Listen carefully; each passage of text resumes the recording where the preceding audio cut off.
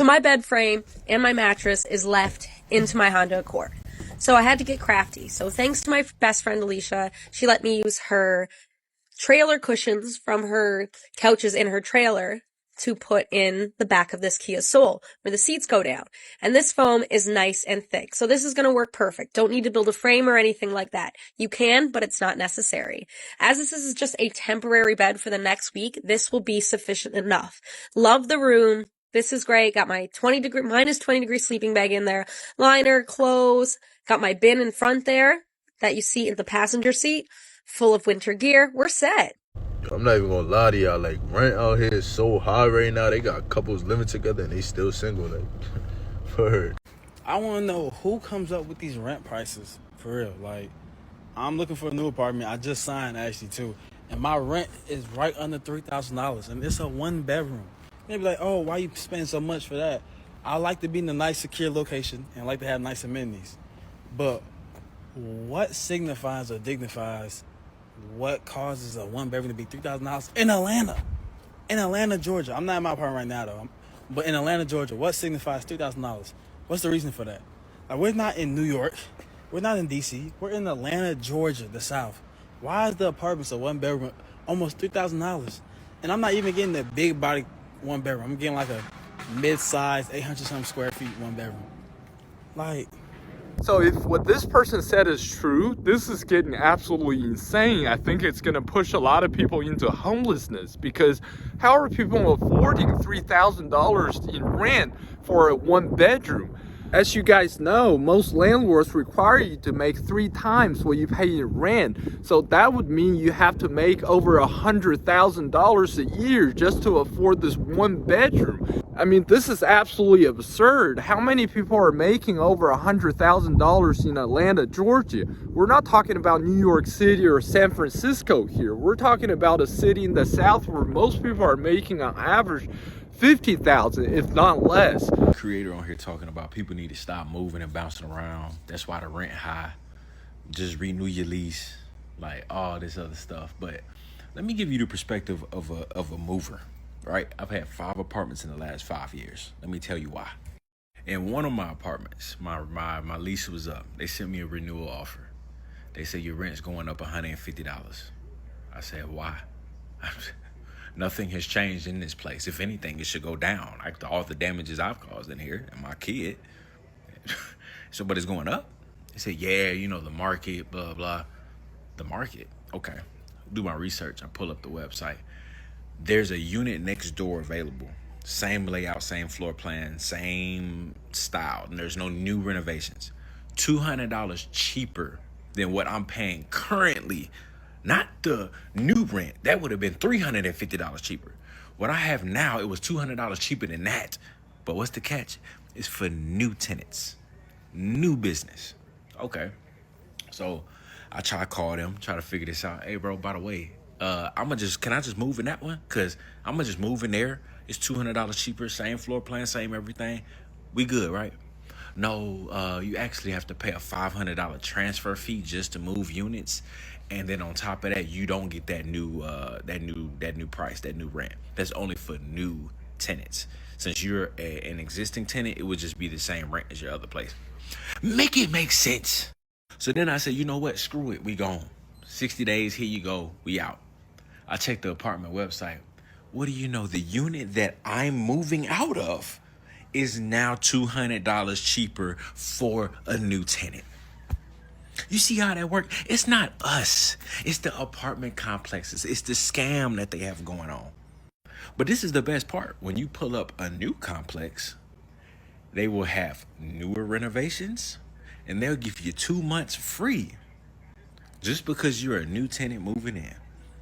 And your rent is going to be cheaper than the last place you stayed at. So while moving costs and all of that sucks, for sure, I hate doing that. I'm a 33-year-old single mom. I live full-time in RV with my 2 kids. Come take a tour with me. We live in a Forest River Heritage Glen 378FL, which means it has a front living room. I ripped out all the furniture that the RV came with and added a bunch of residential pieces to make it feel a little bit more homey. There's some nesting tables, the bar area there, and then this is the kitchen. I have a full oven, stove, microwave, refrigerator, freezer.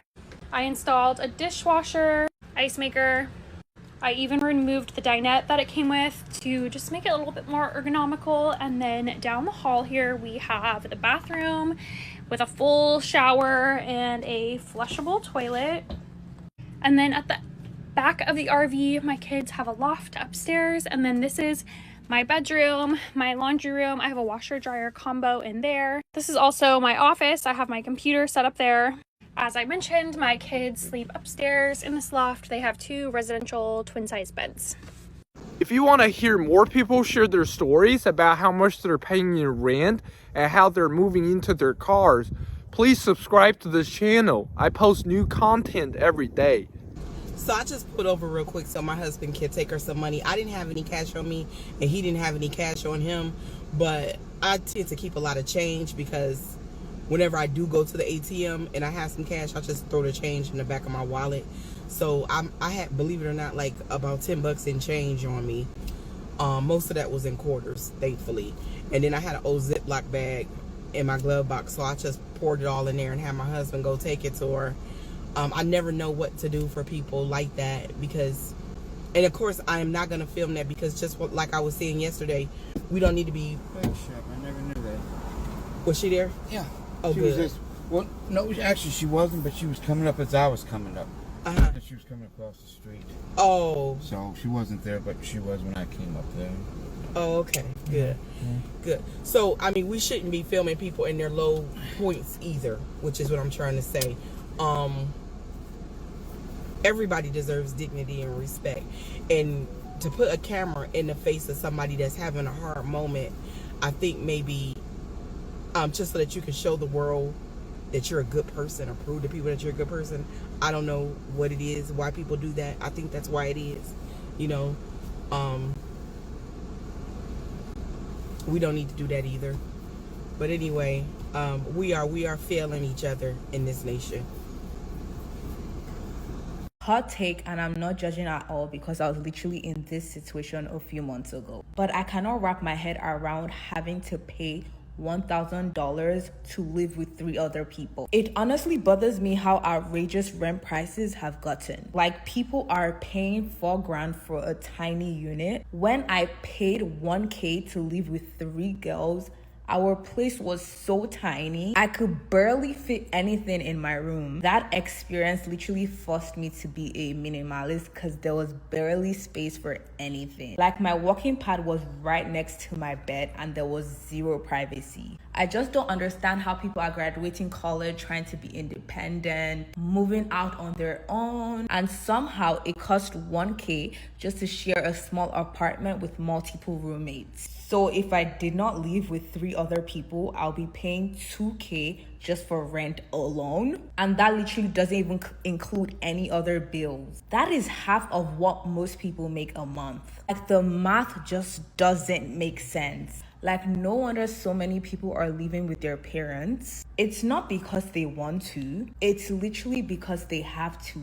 I'm not going to say too much about that girl that's living in her car right now. She's actually really, really popular on here, and I watch her content from time to time. But I'm not going to say too much because the last time I said that people should not be living in their cars unless they absolutely have to. I'm not sure she has to, but y'all were like, no, if a person wants to be homeless by choice and live in their car, there's nothing wrong with that. And I said, you can't argue with stupid. You just can't. I'm not saying that people need to have a $1,500 to $2,000 apartment, but every time I lay my head in my bed, I'm so thankful. I'm so grateful. It was one guy who was homeless, and he was telling people, like, listen, if you can avoid living in your car, like, avoid it. He had finally got an apartment. He talked about how, you know, what do you do when you get a ticket and you don't show up to court because you don't have a home and you don't get the ticket? And when they tow your car, like, it is not as glamorous as people want to make it seem. And people in that situation, they try to cope. Like, she was like, oh, I got my TV set up. Which, hey, you know what? You in that situation, you need to make the best of it. But honestly, like, if you can avoid that, why not avoid it? I don't know. I've always put rent above all my other bills. I have to have somewhere to lay my head. I have to have somewhere to lay my head. It doesn't even have to be the nicest, fanciest place. Like, my apartment is really nice now, but it took me a while to get to this spot. I've had roommates before. I had a really small apartment for 5 years, and I'm now finally able to get into the apartment that I love. Another thing too, I know that I'm a little bit different from other people because if I'm struggling, and I get it, it doesn't make any sense, but if I'm struggling, the last thing on my mind is sex. Me, personally. Sex, dating, I don't even want to be in a man's face if I don't have a certain amount of money in my bank account. Like, I'm just not the best version of myself or a better version of myself, so I'm not doing that as well. Not to say that people can't enjoy small things and live life like being poor isn't a crime, but I do think we need to start being real, especially with women. It's very, very dangerous. It's very, very dangerous. So if you can avoid being homeless, I know it's like, how do you avoid being homeless? If you can stay with a friend, if you can get a roommate, if you can get a hotel, whatever you need to do to survive and have a safe place to place your head at, do so. And then staying in the car is not comfortable. I'm not the biggest girl in the world. I'm not. But I've seen people bigger than me. It is not comfortable sleeping and staying in your car 24/7. It's just, I'm done. Oh, 100% agreed. Because I live in California. In San Diego, I was born and raised in San Francisco, and I moved down to San Diego to move in with my boyfriend this summer. So like I trust, right? Like the cost of living, the cost of rent in California is not the same as it is like in Kansas City or Alabama. But my main point really is that if you are poor, working class, even middle class, is starting to like, we're getting squeezed more and more and more, right? That, like I said, the purchasing power of the dollar is continuing to decrease as inflation skyrockets for various reasons. It was already skyrocketing, and then this administration introduced the tariffs, so like they're getting even worse. Unemployment rates are out of control. Rents continue to go up. And single family homes continue to be purchased by investment banking firms. So it's just like, it's dependent totally on where you live. Rent, mortgages can be much, much cheaper. And making $25 an hour in like Kansas City or Alabama is not the same as trying to survive on $25 an hour in California. But regardless of that, the reality is that it's not working anymore. And the lie that we've been told we can just pull ourselves up from our bootstraps and, just get a better job and make more money and budget better. It's bullshit. That's my main point, right? It's different if you're somebody that has the privilege of having some help from family, or some kind of into a job that's going to make you enough money. But again, even those high paying jobs, right? Like in the tech sector, which has been hot for a really long time because of AI, right? They're taking all those jobs away. So they don't care who you are, right? At the end of the day, the powers that be want us to suffer, and they don't like us believing that we have power. So they're doing everything they can to strip us of everything we have, because this system is cannibalistic. And I keep coming back to capitalism is cannibalistic, because you talk to the average person and it doesn't make sense. It's like, if you pay people a living wage, right? All most people really want is like to live in a comfortable home and to be able to go on a couple vacations a year. And if they have extra money, they're going to go out and spend it. They don't want us to have anything. That's how sociopathic they are. So my main point is that every regular person is struggling at some level, whether they admit it or not. And it is built into the system and not a personal failing. But I will tell you what it is. It's 100% bullshit.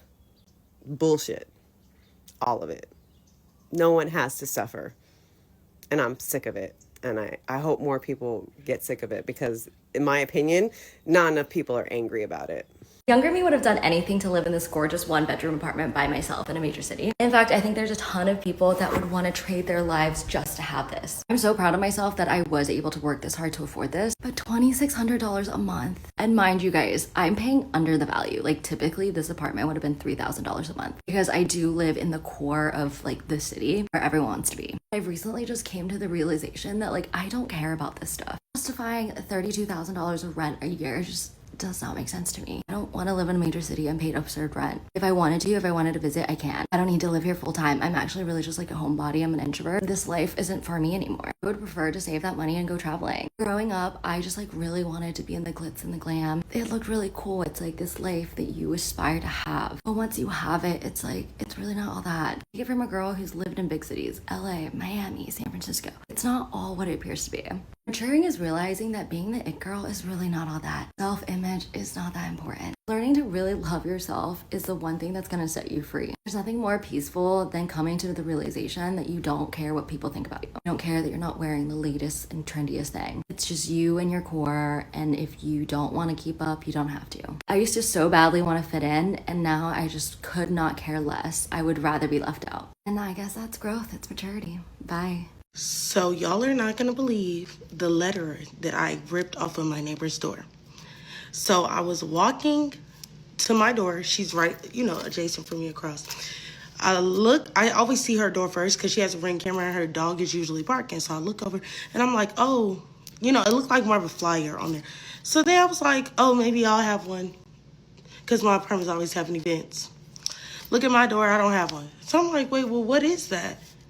I'm like, I look closer. Oh, I should have mind my business, but I'm like, wait a minute. That's not an event letter. Event letter. And actually, I ripped it off her door because my neighbor, I kind of know her a little bit, and I just didn't mess with the letter. And my thing about it is the people that walk past our apartment are not just people who live over here going to their apartment. They're people who going to go walk their dog because we have a little grassy area. Like, I just can't believe they put this on her door. I'm going to show y'all. Now, let me focus. I'm going to focus so y'all can see what this is. Okay? This says, pay me what you owe me. Don't act like you forgot. November rent is still delinquent. And let me tell y'all why this is a problem. First of all, I just really don't think this should have been handled like that. Number two, my rent was late, so where's my letter? I didn't understand that. I just didn't mess with that. Y'all taped to her door like this. I ripped it down. Everybody don't need to know she late on rent. And also, y'all don't got her number. I was just confused. And I understand, times are tough. Y'all still need your money. Maybe they can't get a hold of her. But I just feel like that was not the way. So I took it down. We should only be paying, in my opinion, once every year for rent, because paying every month for rent is crazy. Because it's like, why can't you only rent it once to live in, so why are you paying it every month?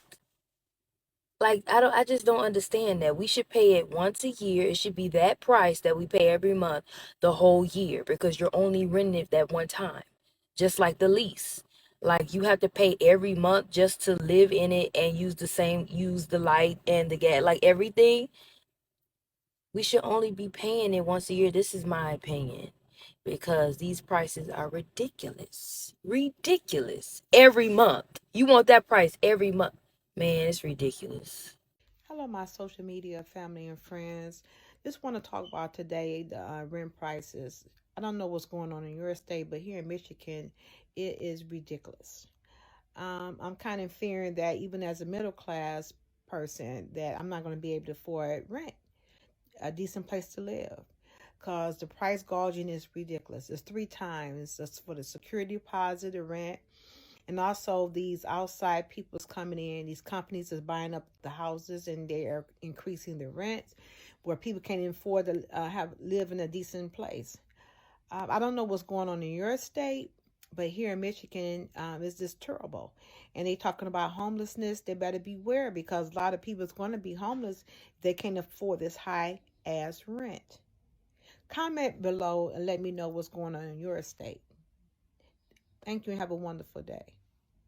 Alright fam, so here's an update on the whole rental car situation. Now, as of tomorrow, I am not going to have a car. Now, I didn't book a reservation because I do it weekly and I didn't realize that it was the holidays. I completely forgot next week is Christmas, so it's a really busy time for car rentals. Therefore, I cannot extend because all of the cars are booked. If I can't extend, I can't work. All I know is this car is due tomorrow in the morning and I'll have till then to figure it out. But God is good, God is great, and I handle situations smoothly and it's all gonna work out. That's what's going on right now, and hope y'all having a blessed day. So I just put over real quick so my husband can take her some money. I didn't have any cash on me and he didn't have any cash on him, but I tend to keep a lot of change because whenever I do go to the ATM and I have some cash, I just throw the change in the back of my wallet. So I had, believe it or not, like about 10 bucks in change on me. Most of that was in quarters, thankfully. And then I had an old Ziploc bag in my glove box, so I just poured it all in there and had my husband go take it to her. I never know what to do for people like that because, and of course, I am not going to film that because just like I was saying yesterday, we don't need to be... I never knew that. Was she there? Yeah.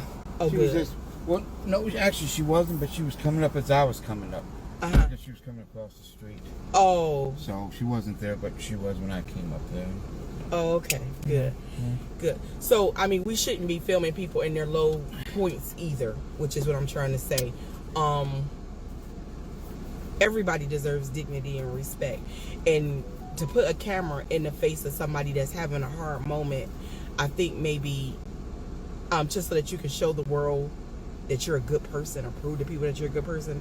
I don't know what it is, why people do that. I think that's why it is. You know, we don't need to do that either. But anyway, we are failing each other in this nation. I absolutely agree with what this lady is saying. I think nowadays, not only we have cost of living rising, at the same time, we also have a phenomena of lack of empathy rising. Instead of giving people money and giving them dignity and decency, people stick a camera in people's faces when they're at their lowest and when they're just asking for some money to get by.